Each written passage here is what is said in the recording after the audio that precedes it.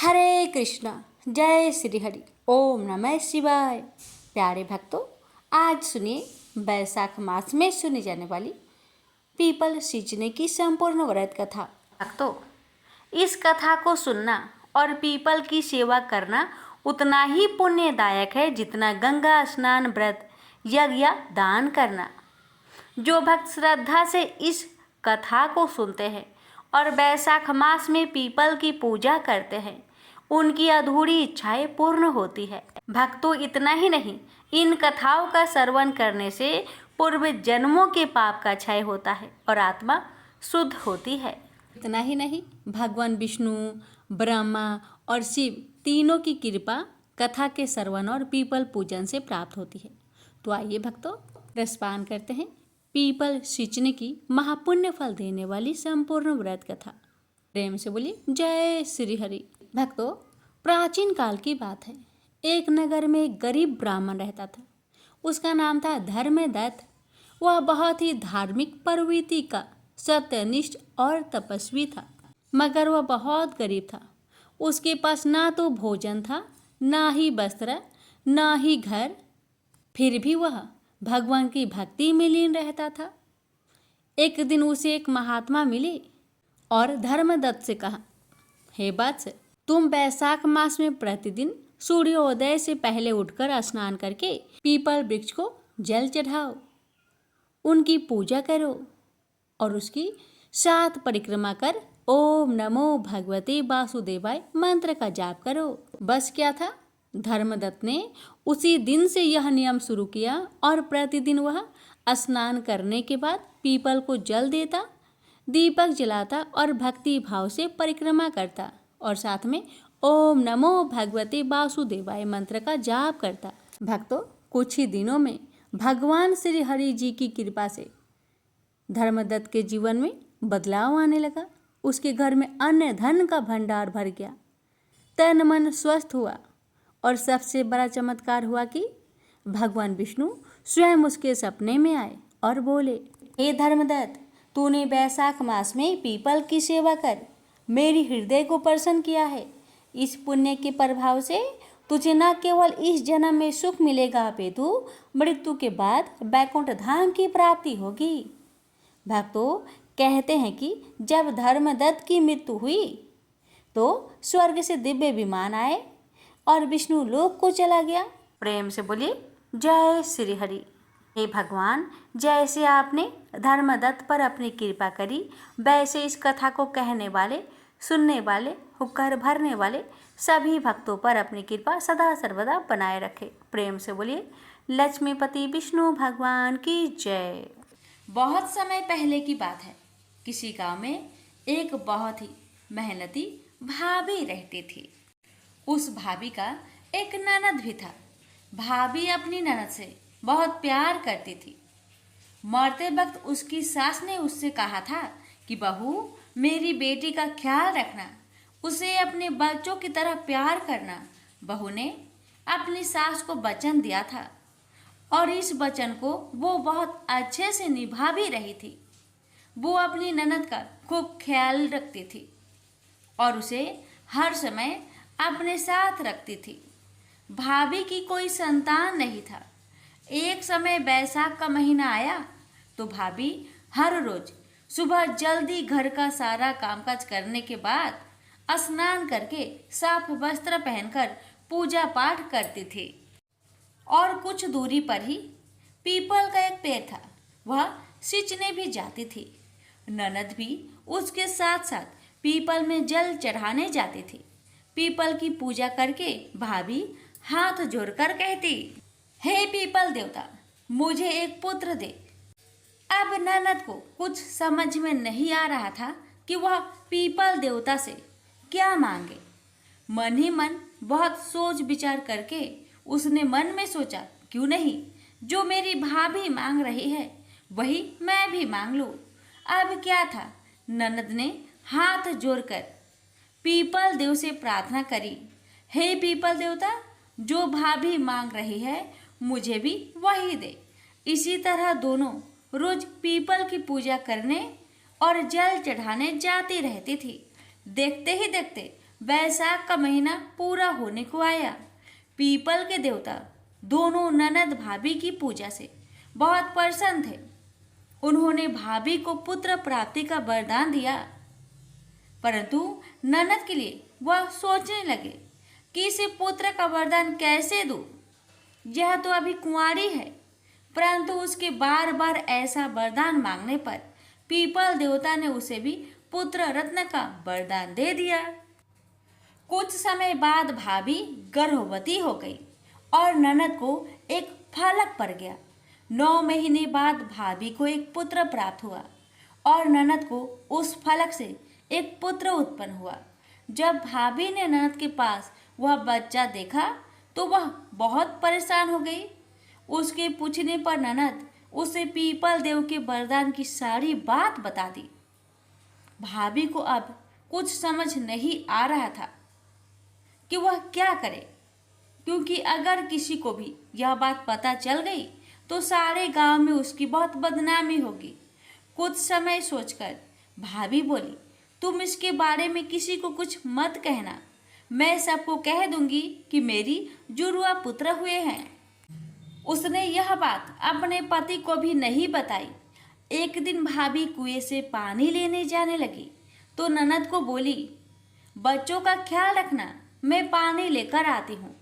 ननद बच्चों को सुला रही थी, तभी उसका बच्चा जोर जोर से रोने लगा। उसने उसे गोद में उठाकर चुप कराती हुई बोली, बिना बाप के कंधे वाले बोल, तू कहाँ से आया? यह बात वो बार बार कहती जा रही थी। उसी समय उसका भाई वहां आ गया और उसने सारी बात सुन ली। जब उसकी पत्नी पानी लेकर वापस आई तो वो उससे पूछने लगा कि बहन ऐसा क्यों कह रही थी। पहले तो वो उसे टालने लगी, लेकिन फिर वह नाराज हो गया और बोला, देखो मुझे सारी बात सच सच बताओ, मुझसे कुछ भी ना छुपाना। तब भाभी ने सारी बात अपने पति को बता दी। यह सुनकर भाई बहुत परेशान हो गया और कहने लगा, यह तुम क्या कह रही हो? अब हम क्या करेंगे? इस बात से मेरी बहन की बहुत बदनामी होगी। उससे कौन शादी करेगा? ऐसा कहकर उदास मन से वो उस बच्चे को लेकर पीपल देव के पास गया और बोला, हे पीपल देव, ये आपने क्या किया? मेरी बहन तो नादान थी, लेकिन आप तो सब जानते थे, फिर आपने ऐसा वरदान क्यों दिया? अब यह बच्चा आप ही संभालिए। ऐसा कहकर भाई ने उस बच्चे को पीपल के चबूतरे पर रख दिया। तभी पीपल का पेड़ के 2 हिस्से में बदल गया और वह बच्चा पीपल के पेड़ में समा गया। इसी के साथ पीपल के चबूतरे पर दरार पड़ गई। धीरे धीरे समय बीतता गया। एक बार भाई भाभी ने अपने घर में हवन करवाना चाहा, तभी गांव वालों को बुलवाया। पंडित ने हवन करना शुरू किया, लेकिन हवन की अग्नि जल ही नहीं रही थी। खूब घी डाला गया, खूब प्रयास किया गया, परंतु हवन में अग्नि प्रज्वलित नहीं हुई। सभी लोग चिंतित हो गए। तब कुछ बड़े बुजुर्ग बोले, कहीं ऐसा तो नहीं कि कहीं तुम किसी महान व्यक्ति बहन भतीजे को भूल रहे हो? तो वह बोला, नहीं, मैं तो किसी को भी नहीं भूला, मैंने तो सभी को बुलाया है। बहुत कोशिशों के बाद भी हवन की अग्नि प्रज्वलित नहीं हुई। तभी पास ही के आश्रम में से एक सभी वेदों के ज्ञाता संत महात्मा को बुलवाया गया और उन्हें सारी बात बताई गई। तब उन्होंने अपनी आंखें बंद करे और बोले, तुमने अपने भांजे को नहीं बुलाया, इसलिए हवन की अग्नि प्रज्वलित नहीं हो रही है। भाई बोला, मेरा तो कोई भांजा नहीं है। तब वे महात्मा बोले, वही भांजा जिससे तुम पीपल को सौंप आए थे। तब भाई ने सारी बात गांव वालों को बता दी। तो गांव वाले बोले, इससे तुम क्यों शर्मिंदा होते हो? ये तो पीपल देव का आशीर्वाद है। तभी सब गांव वाले ढोल नगाड़े और बाजे के साथ पीपल के पेड़ के पास गए और प्रार्थना करने लगे। तभी पीपल का पेड़ फिर से 2 हिस्सों में बट गया और पीपल के पेड़ से वह बच्चा बाहर आ गया। सभी गाजे बाजे के साथ बच्चे को लेकर वापस घर आए और हवन शुरू किया। इस बार हवन की अग्नि प्रज्वलित हो गई और उस आग की लौ खूब ऊंची गई। इसके बाद से यह मान्यता हो गई कि पूरे बैसाख पीपल को सींचने से निसंतान को संतान मिले, निर्धन को धन, कुंवारों को अच्छा वर और बुजुर्गों को बैकुंठ का वास मिले। प्रेम से बोलिए पीपल देवता की जय, लक्ष्मी नारायण की जय। बहुत समय पहले की बात है। नर्मदा नदी के तट पर एक छोटा सा गांव था। उस गांव में एक बुजुर्ग वैश्य दंपति रहते थे। उनके 2 बेटे और 2 बहुएं भी थी। बुजुर्ग का रोज का नियम था कि वह रोज नर्मदा नदी पर स्नान करने जाते और स्नान करने के बाद 1 लोटा जल भरकर सूर्य देव को अर्पित करते और फिर बर और पीपल और आकड़े के पेड़ को सींचा करते थे। यह उनका रोज का नित्य नियम था। एक बार की बात है। ये बात उस समय की है जब बैसाख का महीना आने वाला था।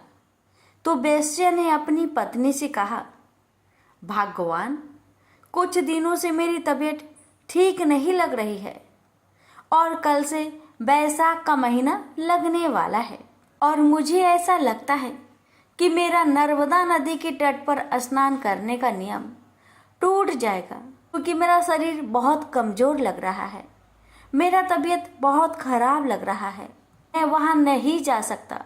वैश्य पत्नी ने कहा कि आप इतना दुखी क्यों होते हैं? भगवान की कृपा से आपके 2 बेटे और 2 बहुएं हैं। आप दोनों बेटे और बहुओं से कह दीजिए कि उनमें से कोई भी नर्मदा नदी से जल भरकर 1 लोटा जल आपके लिए लाकर दे दे। तब वैश्य ने कहा, भगवान, इस बार मेरा बहुत मन है कि हम जोड़े से बैसाख स्नान करें। तब वैश्य की पत्नी ने कहा कि आपने तो मेरी मन की बात ही कह दी। दरअसल मैं भी कुछ दिनों से यही सोच रही थी। अब आप चिंता मत कीजिए, हम दोनों जरूर जोरे से बैसाख स्नान करेंगे। तब वैश्य दंपति ने अपने दोनों बेटे, दोनों बहुओं को बुलवाया और अपने मन की बात अपने दोनों बेटे और दोनों बहुओं से कही। वैश्य का बड़ा बेटा बोला, पिताजी, आप तो जानते ही हैं, मैं दूसरे शहर में नौकरी करने जाता हूँ और सुबह 5 बजे ही मुझे घर से निकलना पड़ता है, तो मैं आपका यह काम, आपका नियम नहीं निभा पाऊंगा। उसके बाद बड़ी बहू बोली, पिताजी, मुझे भी सुबह जल्दी उठकर अपने पति के लिए खाना बनाना पड़ता है, इसलिए मैं भी आपके लिए नर्मदा नदी से जल नहीं ला सकती, क्योंकि आपका तो 1-2 दिन का बात ही नहीं, आपका तो पूरे बैसाख मास का नियम है। मैं आपका नियम नहीं निभा पाऊंगी, मुझे माफ करें। तब वैश्य के छोटे बेटे और बहू ने कहा, माँ, पिताजी, आप चिंता मत कीजिए, भैया भाभी को समय नहीं है, कोई बात नहीं, हम दोनों पति पत्नी नर्मदा नदी के जल आपके लिए लेकर आया करेंगे और आप दोनों जरूर बैसाख स्नान करना। ये कहकर वह अपने कमरे में चले जाते हैं। फिर छोटे बेटे ने अपनी पत्नी से कहा कि सुनो, मेरे मन में भी एक विचार आया है कि हम दोनों माँ पिताजी के लिए जल लेने नर्मदा नदी पर तो जाएंगे, क्यों ना हम दोनों भी जोरे से बैसाख स्नान करें। तब उसकी पत्नी ने कहा, क्यों नहीं, जरूर, हम दोनों जोड़े से स्नान करेंगे। तब छोटे बेटा बहू ने जाकर अपने सास ससुर को सारी बात बताई। यह सुनकर वैश्य दाम्पति बहुत खुश हुए। दूसरे दिन सुबह 4 बजे ही वैश्य दाम्पति के छोटे बेटा और बहू नर्मदा नदी के घाट पर पहुंच गए। दोनों ने नदी में स्नान किया और जल लेकर घर आ गए। घर आकर उन्होंने जल अपने माता पिता को दे दिया। फिर उस बुजुर्ग दंपति ने नर्मदा नदी के सारे जल में से 1 लोटा जल लेकर अलग रख दिए और बाकी के जल से दोनों पति पत्नी स्नान कर लिए। फिर लोटे के जल से सूर्य देव को अर्घ्य दिया और बर पीपल और आकरे के पेड़ को सींचा। बर पीपल और आकरे के पेड़ की पूजा की और 5 परिक्रमा लगाई। फिर छोटी बहू उन्हें भोजन देती है। बुजुर्ग दंपति भोजन कर लेते हैं। धीरे धीरे इस तरह पूरा बैसाख का महीना बीत जाता है। फिर बैसाख की पूर्णिमा आने वाली थी, तो बैसाखी पूर्णिमा से एक दिन पहले बुजुर्ग दंपति ने अपने छोटे बेटे बहू से कहा कि तुम दोनों ने भी हमारे साथ बैसाख स्नान किया है। इसका संपूर्ण फल पाने के लिए हमें 2 जोड़ा ब्राह्मण दंपति को भोजन कराना चाहिए। तब उन्होंने अपनी छोटी बहू से कहा, बहू तुम बढ़िया बढ़िया भोजन तैयार करना और 2 जोड़ी ब्राह्मण को गांव से बुला कर लाना और हम उन्हें भोजन कराएंगे और दक्षिणा भी देंगे। तब बेटे बहू ने कहा, ठीक है पिताजी, आप लोग जैसा चाहते हैं हम वैसा ही करेंगे। फिर सुबह छोटी बहू जल्दी उठी और भोजन तैयार की। भोजन तैयार करने के बाद वे गांव में ब्राह्मण और ब्राह्मणी को बुलाने गई, तो रास्ते में उसे 2 ब्राह्मण और 2 ब्राह्मणी आती हुई दिखाई दी। तो छोटी बहू ने सोचा कि शायद ये कोई तीर्थ यात्री है, ये हमारे गांव के तो लगते नहीं, क्यों ना भोजन के लिए मैं इन्हें ही घर ले जाऊं। फिर छोटी बहू ने उन्हें प्रणाम किया और कहने लगी, हे ब्राह्मण देवता, आज बैसाख की पूर्णिमा का दिन है। हम 2 जोड़ी ब्राह्मण को भोजन कराना चाहते हैं, आप मेरे घर भोजन करने चलिए। तब वह ब्राह्मण ब्राह्मणी बोले, बेटी हम तो तीर्थ यात्री है, भोजन मिल जाए इससे बड़ी बात क्या हो सकती है। चलो हम तुम्हारे साथ तुम्हारे घर चलते हैं। फिर बहू उन ब्राह्मण ब्राह्मणी को अपने घर लेकर आई, उनके लिए भोजन परोसा। सबने पेट भरकर भोजन किया। फिर वैश्य दंपति ने उन्हें कपड़े और दक्षिणा भी दी। उन ब्राह्मण ब्राह्मणी ने उन्हें आशीर्वाद दिया। फिर वैश्य दंपति ने अपने बेटे बहू से कहा कि जाओ इन ब्राह्मण ब्राह्मणी की पैर धोने के लिए जल लेकर आओ। बेटे बहू जल लेने चले गए और उधर बुजुर्ग दंपति उनके पैर पोंछने के लिए कपड़े लेने कमरे में चले गए। जब जल और कपड़े लेकर सभी परिवार उन ब्राह्मणों के पास आए तो क्या देखते हैं, वहां पर तो कोई नहीं, सभी वहां से चले गए हैं। जब पूरा परिवार अपने चारों तरफ उन ब्राह्मण ब्राह्मणी को ढूंढते हैं तो देखते हैं घर में उनके अन्न धन के भंडार पूरा भरे पड़े हैं। ये सब देखकर सभी आश्चर्य में पड़ गए। असल वह सभी ब्राह्मण ब्राह्मणी कोई और नहीं, बैसाख माह के देवी देवता थे। लक्ष्मी जी, विष्णु भगवान और उनके अवतार राम जी और माता सीता उनके घर में ब्राह्मण का भेष धरकर पधारे थे। भगवान जी वैश्य दंपति को और उनके बेटे बहू को बैसाख स्नान, बर पीपल और आकरे के पेड़ सींचने की पुण्य फल देने के लिए आए थे। जहाँ भगवान राम जी बैठे थे वहाँ पर भगवान के पैरों के निशान और धनुष के निशान पड़े थे, और जहाँ माता सीता बैठी हुई थी वहाँ मोहरों से भरे हुए एक बड़ी थैला रखी हुई थी, और जहाँ श्री हरि लक्ष्मी नारायण बैठे थे वहाँ चक्र का चिन्ह था। जहाँ धन की देवी लक्ष्मी बैठी हुई थी वहाँ तो सोने चांदी हीरे मोती का ढेर लगा हुआ था। ये बात तुरंत ही पूरे गांव भर में फैल गई कि ब्राह्मण के घर में अन्न धन सोना चांदी हीरा मोती का ढेर पड़ा हुआ है, हाथ में भगवान जी का चिन्ह भी है। तो सभी गांव वाले ब्राह्मण दाम्पत्य के घर दौड़े दौड़े आए कि भगवान जी साक्षात ब्राह्मण दाम्पत्य के घर प्रकट हुए हैं। जब ये बात उनके बड़े बेटे और बहू को पता चला तो उन्हें बहुत दुख हुआ कि काश हम भी माता पिता के लिए नर्मदा नदी का जल लाकर दिए होते तो भगवान का दर्शन हमें भी होते। इस पर पत्नी कहने लगी, हाँ मुझे भी बहुत पश्चाताप हो रही है, लेकिन कोई बात नहीं। कहते हैं ना, आप पछताए क्या करे जब चिड़िया चुग गई खेत। हम भी अगले साल जोड़े से बैसाख स्नान करेंगे और हमें भी भगवान के दर्शन होंगे।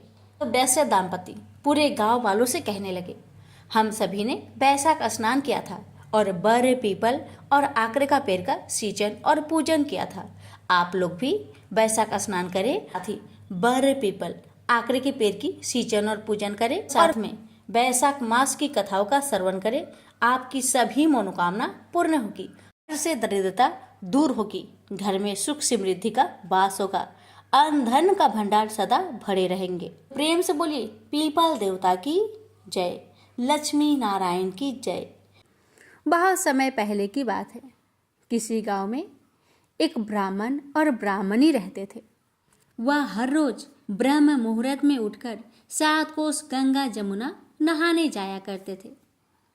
इतना दूर जाने आने से ब्राह्मणी थक जाती थी, लेकिन भगवान को बहुत मानती थी, इसलिए वह हर रोज ब्रह्म मुहूर्त में अपने पतिदेव ब्राह्मण जी के साथ गंगा जमुना नहाने जाने लगी। हर रोज के थकान होने के वजह से, शरीर में दर्द होने के वजह से ब्राह्मणी दुखी मन से बोली, हे ब्राह्मण देवता, हमारा कोई बेटा होता तो बहू आ जाती, घर में खाना बनाती, कपड़े भी धुल देती, तो जब भी हम नहाकर आते तो सब खाना बनाया हुआ मिलता, कपड़े धुले मिलते। तो ब्राह्मण कहने लगा, तूने बहुत अच्छी बात कही है, अब मैं तेरे लिए बहू जरूर लाऊंगा, तू चिंता मत कर। तू मुझे एक पोटली बांध कर दे, उसमें आटा रख दे और उसमें थोड़ी सी मोहर भी रख देना। तो पत्नी कही, हे पतिदेव, इससे आप क्या करेंगे? तो ब्राह्मण कहने लगा, मुझ पर भरोसा रखो, मैं कोई गलत काम नहीं करूँगा, बस मुझे दे दो। ब्राह्मणी आटे में थोड़ा सा मोहर रखकर अपने पतिदेव को पोटली बांधकर दे दी। अब ब्राह्मण पोटली लेकर घर से चल दिए। चलते चलते कुछ दूरी पर जमुना जी मिली। जमुना जी के किनारे कुछ लड़कियां खेल रही थी, तो कुछ लड़कियां मिट्टी का घर बनाकर खेल रही थी। उसमें से एक लड़की बोली, मैं तो अपना घर कभी नहीं बिगाड़ती, मुझे तो रहने के लिए यही चाहिए। ब्राह्मण को उस लड़की की बात भा गई और लड़की भी भाग गई। वह अपने मन में सोचा कि यही एक समझदार सी लड़की है। इतना मन में सोच ही रहा था कि तभी सभी लड़कियां अपने अपने घर को चल दी और ब्राह्मण भी उस लड़की के पीछे लग गए। जब वह लड़की घर को पहुंची तो ब्राह्मण बोला, बेटी, मैं बहुत भूखा हूँ, अपनी माँ से पूछ लो, क्या तेरी माँ मेरे लिए 2-4 रोटी बना देगी? बैसाख का महीना चल रहा है ना, मैं किसी का घर का रोटी नहीं खाता, मेरे पास आटा है, अगर यह आटा लेकर तेरी माँ मेरे लिए रोटी बना देगी तो ले जा आटा मेरे पास से। तो लड़की ने कहा, मैं अपनी माता से पूछ कर आती हूँ। लड़की ने अपनी माँ से कहा कि एक ब्राह्मण देवता आए हैं जो बहुत भूखे हैं, लेकिन वो दूसरे घर का अन्न नहीं खाते, उनके पास आटा है, वो कह रहे हैं मेरा आटा लेकर जाओ और अपनी माँ से कहो कि 2-4 रोटियां बना दे, क्या बना देंगी? तो माँ ने कहा, ठीक है, बना दूंगी, जाओ ब्राह्मण से आटा लेकर आओ। तो लड़की ब्राह्मण देवता के पास जाकर वो आटे की पोटली लेकर अपनी माँ को दे दी। ब्राह्मण वही घर के बाहर कुर्सी पे बैठा हुआ था। माँ ने जैसे ही उस आटा को छलनी में रखकर छानने लगी तो उसमें से मोहरे निकलने लगे। तो माँ मन में बोली, जिसके आटे में इतने मोहरे हैं उसके घर में ना जाने कितने मोहरे होगी। माता ने मोहर को एक तरफ रखी और आटे को गूंथकर 4 पतली पतली रोटियां बना दी और कुछ सब्जी रखकर ब्राह्मण देवता को देने के लिए गई। ब्राह्मण हाथ पैर मुंह धोकर बैठकर रोटी खाने लगे। तो लड़की की माँ बोली, बाबा, क्या आप लड़के की सगाई करने जा रहे हो?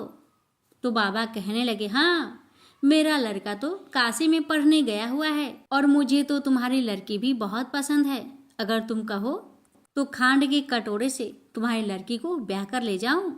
लड़की की माँ मन में सोची, ये बाबा तो बहुत धनवान है, क्यों ना अपनी बेटी की विवाह इसके लड़के से करा दूं, तो मेरी बेटी जीवन भर सुखी रहेगी।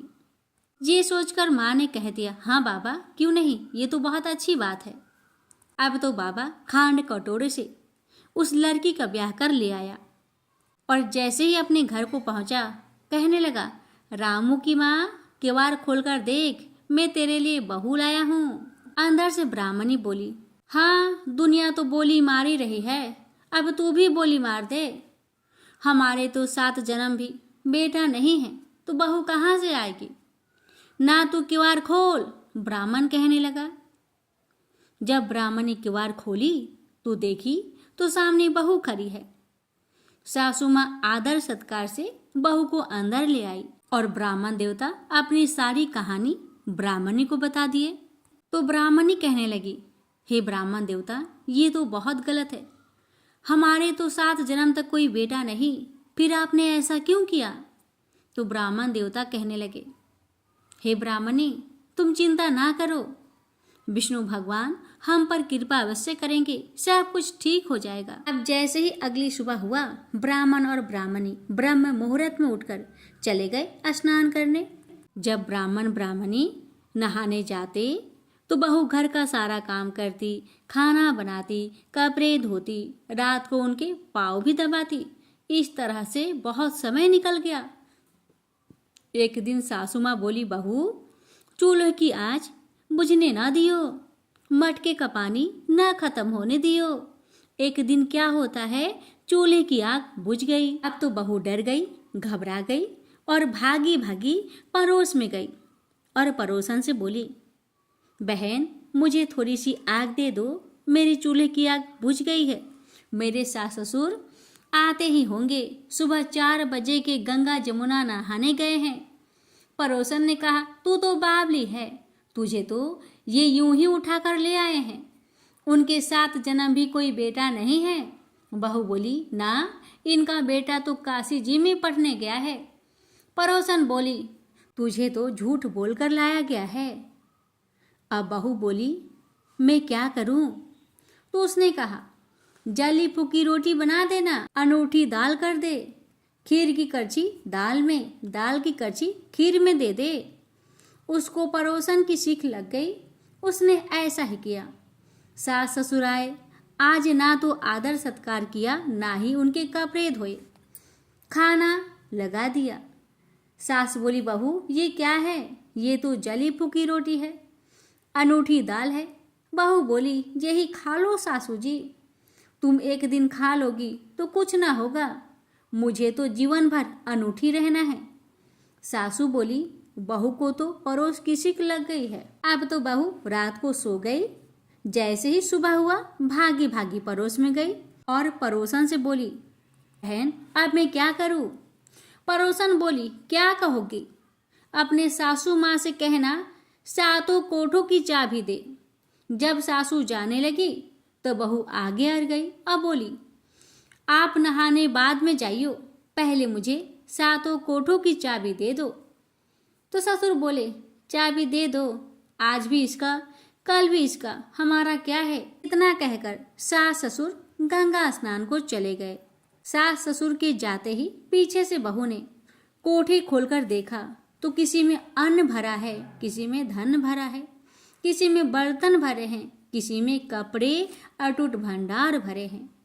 जैसे बहू ने 7वां कोठा खोलकर देखा तो उसमें गणेश जी, लक्ष्मी जी, पीपल पथवारी, बैसाख के ठाकुर, राई दामोदर, तुलसा जी का बिरुआ, 36 करोड़ देवी देवता विराजमान हैं। गंगा जमुना है, वहाँ एक लड़का माला जप रहा था। बहू बोली, तू कौन है? लड़का बोला, मैं तेरा पति हूँ, किवाड़ बंद कर दे, मेरे माँ बाप आएंगे तब किवाड़ खोलना। अब तो बहू बहुत खुश हुई। 36 प्रकार के भोजन बनाए, 16 श्रृंगार किए, राची माची डोले। सास ससुर आए, बड़े प्यार से उनसे बात की, उनके कपड़े धोए, खाना खिलाया। बूढ़ा बोला, बहू तो धन देकर राजी हो गई। बहू सास के पैर दबाती और कहती जाए, माँ जी, इतनी दूर 12 कोस गंगा जमुना नहाने क्यों जाती हैं? आप थक जाती हैं, घर में भी तो नहा सकती हैं। सास बोली, बाबली, कहीं घर में भी गंगा जमुना बहती है क्या? बहू बोली, हाँ माँ जी, हाँ, चलिए मैं आपको दिखाती हूँ। बहू ने उन्हें 7वां कोठा खोलकर दिखाया। उसमें गणेश जी, लक्ष्मी जी, पीपल पथवारी, तुलसा, बैसाख के ठाकुर, राई दामोदर, शिव पार्वती, 36 करोड़ देवी देवता विराजमान हैं। गंगा जमुना बह रही है। तिलक लगाए चौकी पर बैठा एक लड़का माला जप रहा था। माँ बोली, तू कौन है बेटा? वह बोला, माँ, मैं तेरा बेटा हूँ। बुढ़िया ने पूछा, तू कहाँ से आया है? लड़का ने कहा, मुझे तो बैसाख के देवी देवता ने भेजा है आपके लिए। माँ बोली, बेटा, ये दुनिया क्या जानेगी? क्या जानेगा मेरा घर का धानी? क्या जानेगी देवरानी जेठानी? क्या जानेगी अगर पड़ोसन की? तू मेरा बेटा है।